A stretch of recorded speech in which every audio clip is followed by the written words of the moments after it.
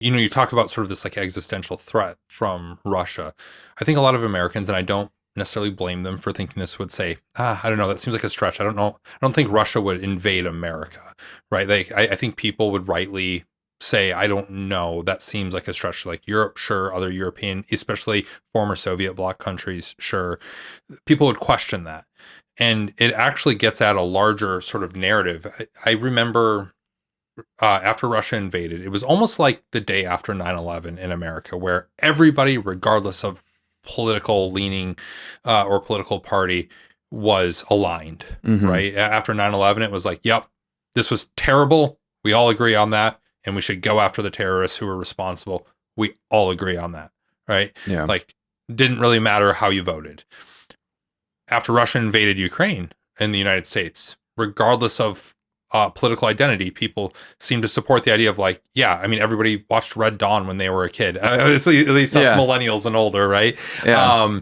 Like he was like, yeah, go kick that red ass. Like this is a democracy. We are invigorated by stories of rebellion against emperors and that sort of thing. And it was kind of like, regardless of political party, people were cheering on the Ukrainians and hoping that they would, win even a battle and resist as long as they could. And again, talk about some of the stories that came out of, the Ghost of Kyiv and Snake Island and some of these other things. They were going viral on social media throughout. Again, it didn't matter what corner of social media you belonged to or where your people were. It was making it in there and people were energized by it.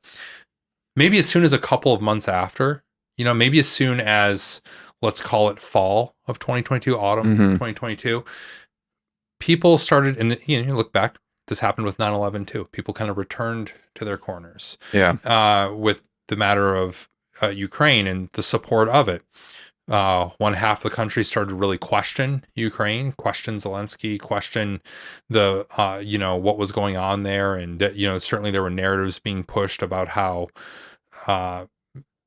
that the country's corrupt or Zelensky's corrupt and we shouldn't be supporting these things. And, they provoked Russia and that sort of thing. And then on the other side, it became this like very much an identity politics of I support Ukraine without even understanding anything about it. I support it almost like blindly to the point where I'm putting Ukrainian flags in my bio on social media and on my front yard and stuff. And even though I can't even point to where Ukraine is at on the map, right? And there were two sorts of, I kind of paint the two extremes there. I don't think most people were those extremes, but those extremes existed.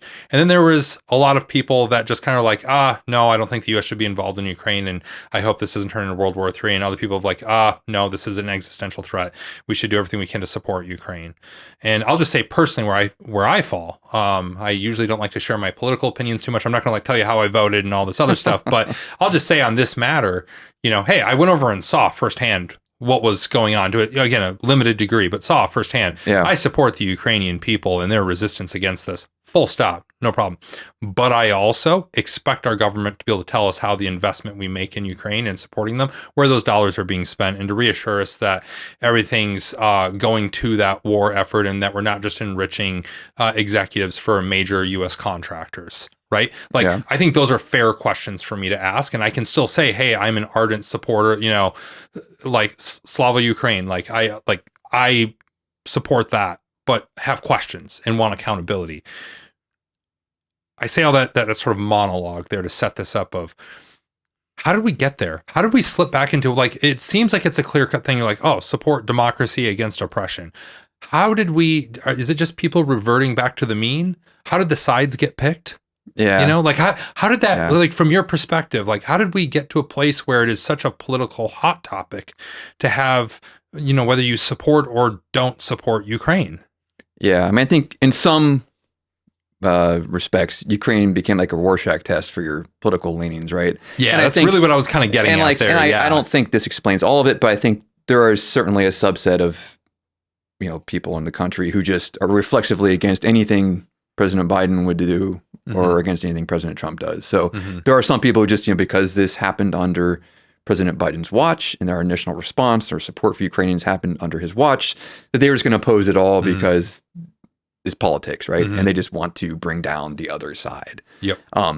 That's part of it. That doesn't explain all of it. I think within I think a subset of the Republican, party or conservatives in general in our country, and even beyond just political labels, the veterans of the wars in Iraq and Afghanistan. And then prior to those wars in Iraq and Afghanistan, our experiences in Vietnam, Korea, a steady stream of wars of like questionable utility to our national security and national interest, in which we poured a lot of money, wasted lives, wasted decades with no clear intent, no clear path to victory. And it's jaded a lot of us to sort of the intent of our government and what their goal is with what we see now in Ukraine. Like, it created this lens, and there's a lot of people who are so jaded by all the failings of our government in the past and all the questionable wars we've fought, that now that we face a war that we don't have the luxury of losing, a war that really is truly essential to our national security, in which we're not even fighting, we're just supporting the good guys in this conflict. We're so jaded and so clouded by all our past misdeeds that we can't understand that this is a war we don't have the luxury of losing. And it is an essential war, and it's a good war. Like, it's a genuine case of a country who is fighting for our foundational values of life, liberty, and the pursuit of happiness against an aggressor who wants to deny them those rights. A country, a post-Soviet country that was inspired by us. And I, 2014, 15, I saw Ukrainians out there with American flags. Like, we gave them the example. We gave them the horizon for which they were trying to reach as they pursued their democratic dreams. They're fighting for everything that's good about us. And we owe it to them to support them. But that's the emotional argument. I think, the practical argument is that if Russia wins in Ukraine, that is just like step one in this process by which, Russia's goal is to bring down the American-led order in the world. And that's certainly China's intent as well. So to let Ukraine fall signals to every other autocratic nation in the world that they have free reign to go and oppress their neighbors. And that, like, 2 oceans and a border wall are not enough to protect our nation in a world that has gone feral with autocracies thinking that they can slaughter and oppress their neighbors. Like, we're naive to think that that's not going to get back to our shores. It absolutely will. And we already see now the ability of adversaries to use irregular, unconventional means to attack the homelands of the countries they're going after. China, last year, was 20,000 Chinese nationals caught at the southern border. Caught. Imagine how many more might be in our country laying the groundwork for some nationwide, like, Operation Spiderweb style drone attack against our military facilities, our airports, our national infrastructure, our energy sites. Like, that threat is real. And you cannot emphasize enough that Ukraine is that is the bulwark against the jungle growing back and encroaching upon our borders. Like, I've been to the village of Pripyat, north of Kyiv, where Chernobyl was.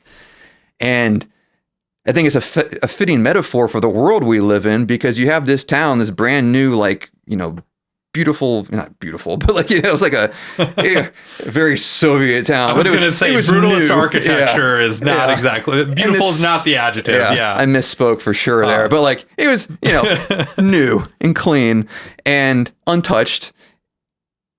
And then it was evacuated in the wake of the Chernobyl disaster. And within, a matter of like a year, nature had invaded. Entropy had entered this town. Chaos had taken over. And that's very fitting, I think, for the world we live in, that in America, we need to keep pushing back on chaos, on the entropy. And the moment we stop doing that, it's going to get here. Because that's what our adversaries want. You listen to them. That's what they want. They want to bring us down. Right? They're not invading. Russia didn't invade Ukraine to take the Donbass. They invaded Ukraine as part of their plan to reshape the world the way they want. And China is even more of a threat because they literally want to overtake us as the most powerful country in the world.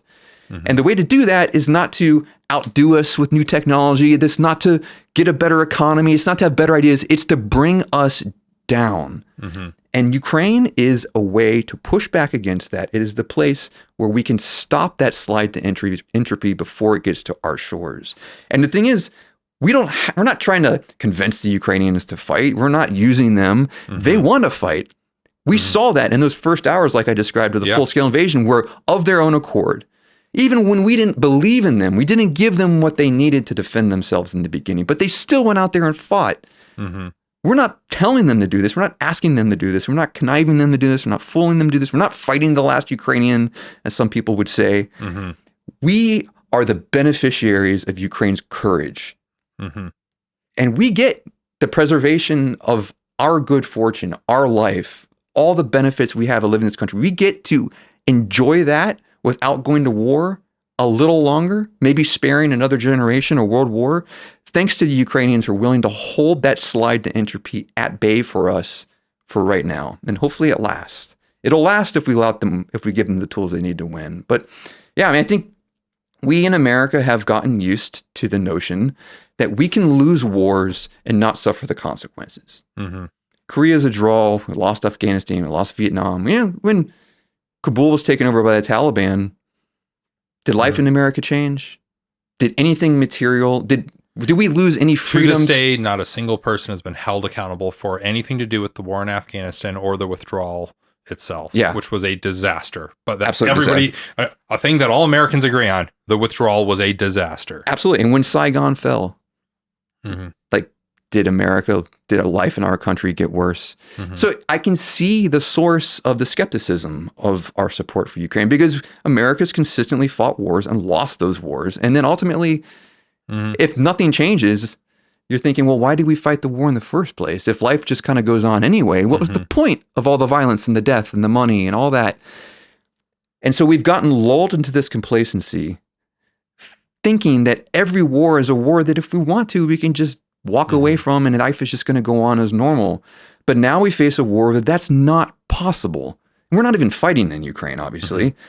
But we face a conflict that we can't let this one go. We can't just walk away from it and think that, like, we're going to go about our business for the next 50 years and nothing's going to be affected. Like, we are on the cusp of a world now where we have rival adversaries who want to undermine us from within, destroy us, and overtake us in the world. And we're going to suffer the consequences and the actualization of their evil intents.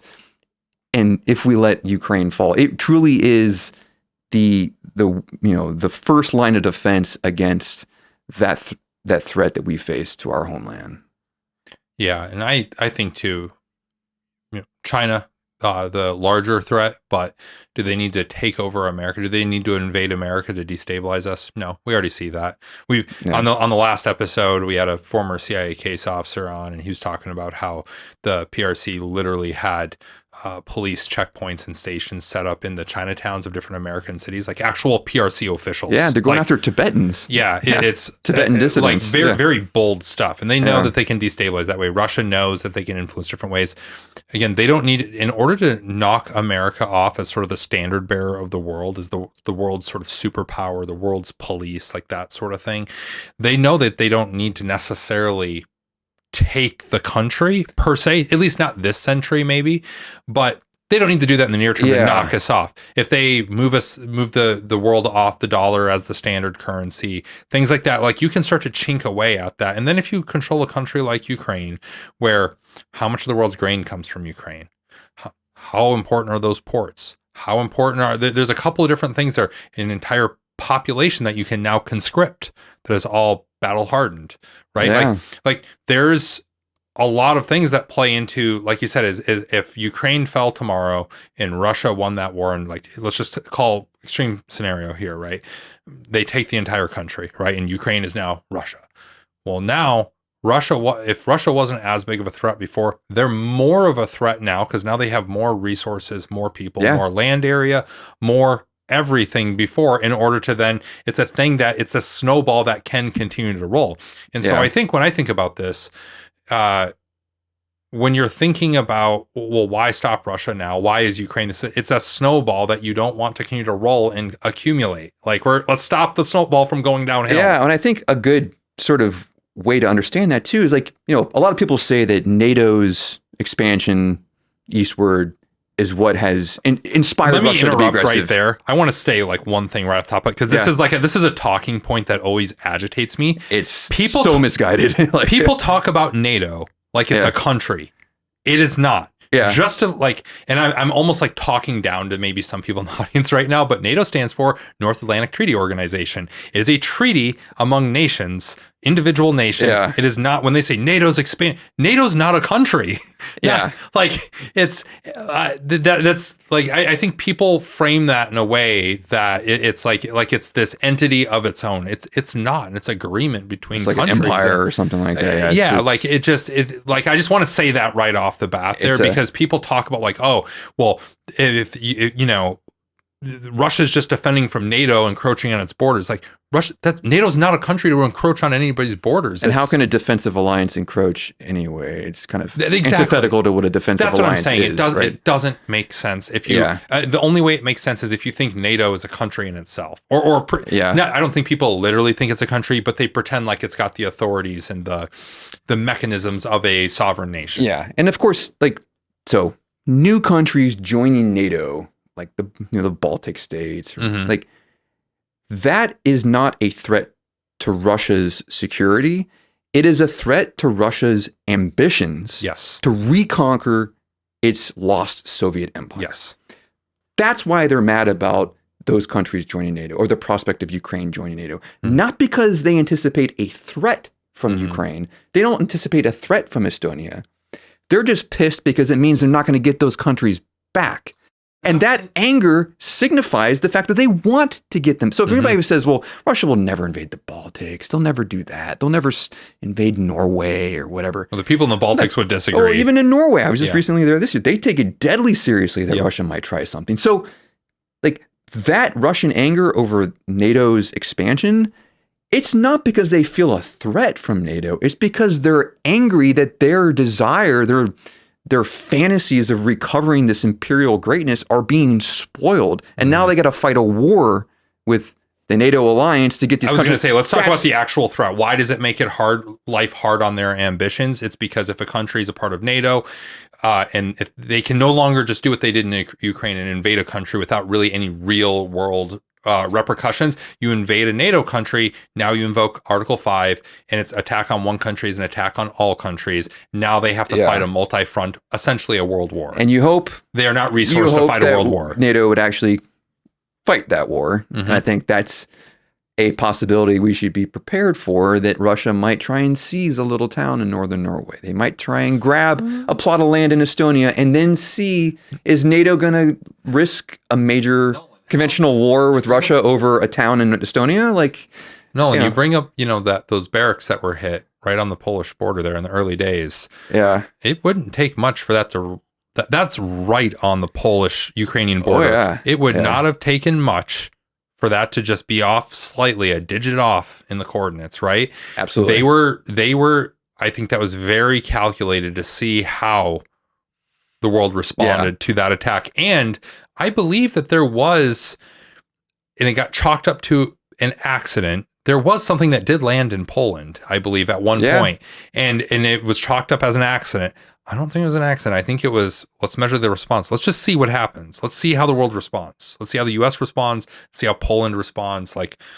Poland's also, like, Ukrainian's a massive nation. So is Poland. Yeah, and you see industrial facilities catching fire across Europe right now, and we see a lot of sabotage going on within Europe. And it's just like, Russia's, they're pushing the envelope, using radioactive poison to kill people in the UK. I'm not touching you. I'm not touching you. Like, yeah, and I think you brought up earlier, like, people in America think, well, Russia's never going to invade us. They're not at war. But the thing is, like, I'm not saying never, but like, let's call it in the next 10 or 20 years. It would take a massive the US would first have to become not the world's superpower, right? Like, we would have to be massively destabilized first, I think. Like, that's the initial goal, I would say, by China and Russia, is to massively destabilize us, remove us as the world's power, remove allies from us, make it uncool to be our ally, and then down the line, right? And I think that both Russia and China do a much better job of thinking long-term about these things than we do as Americans. Down the line, now America's not so hard to take on. Like, I think that they both know today would probably not be great. But the thing is, they try to go toe-to-toe with us. What I would argue, though, is that they are already going toe-to-toe. Because the Russian and Chinese understanding of war is not no war. Like, for them, the dividing line between a state of no war and war is not, a Russian landing craft landing down the beach here, right? Like, they don't think, like, for them, war is a sliding spectrum. There's a large gray zone between black and white absolutes. And clearly, China and Russia are already in that gray zone of war. They already consider themselves at war with us. And whether the shooting edge of that war is in eastern Ukraine or the Baltics or Poland or, God forbid, the United States one day, the fact is they're already at war with us in their understanding of war. So our understanding of war really comes down to kinetic strikes and whether we see like fighter jets and bombs and like, but in their mind, their intent, war is politics by other means. Their political goal is to bring us down, and they're doing that by implementing a wide spectrum of irregular warfare activities that do not have to include the use of conventional military force as we understand it. So I would caution like people thinking that Russia's not a threat because they come over here and they're smiling and then they're nice, affable people, but they are at war with us. Yeah, and I don't disagree that Russia is a threat. I don't disagree that they are in like your analogy about the sliding spectrum of war. I agree with that, but I'm talking about like the way the average American is going to see this. For them, it's like I think war is one of those things that kind of takes two to tango. And if I'm the average American, let's say I'm the average American that does not support the U.S. supporting Ukraine, right? Yeah. And say like, well, Russia's not a threat to me. I mean, everybody's telling me that they're a threat, but I'm not getting shot at right now. Right. Like I think for a lot of people, they're not going to Russia. I'm at war with you. Like, all right, bro, I guess you're at war with me until I start getting shot at. You know, I think there's a little bit of that attitude. I'm grossly simplifying that. But I think until for Ukrainians, right, they were in a state of gradual war in between 2014 and 2022. Right. Where, like you said, people in Kyiv, were they on the front lines directly affected by this in their day-to-day life? Not necessarily, not to the degree they were after it became a shooting war.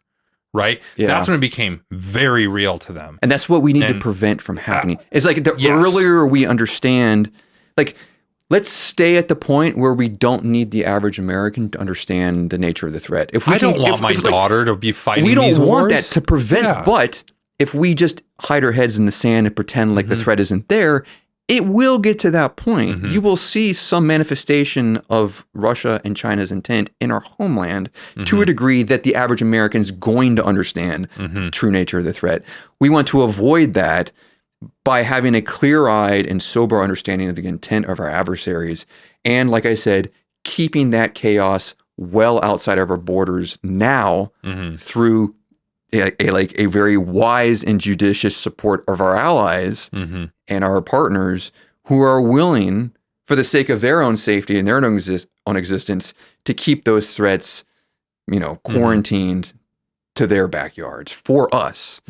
And so, I understand. And I think that what you're describing that's good. That is something we want to preserve, is this American feeling of safety in our homeland. It just dawned on me too, the sort of original question here of, well, like, how did it get politicized? How did half the country decide they don't want to, and the other half be almost overzealously in support?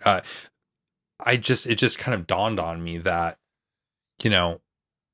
for the last 20 plus years, Americans have been told we need to fight them over there so that we don't have to fight them here. And it was kind of disingenuous. And we kept losing, and then nothing ever happened. That's what I'm saying. Exactly. So it almost kind of makes it like, I'm kind of coming to this realization right here of like, we got to fight them over there so that we don't have to fight them here is going to fall on some deaf ears here, because people were told that for 20 years. Exactly. And like the thing, that's the tragedy is like, I mean, from what I've seen on the front lines in Ukraine now since 2014, and then in other places, like, I've done work with the Tibetan resistance too from China, like this threat is actually going to affect us and get us here. And it's just, I completely understand people who would be questioning or skeptical about America's intent, because we have fought dumb wars for the sake of the military-industrial complex before.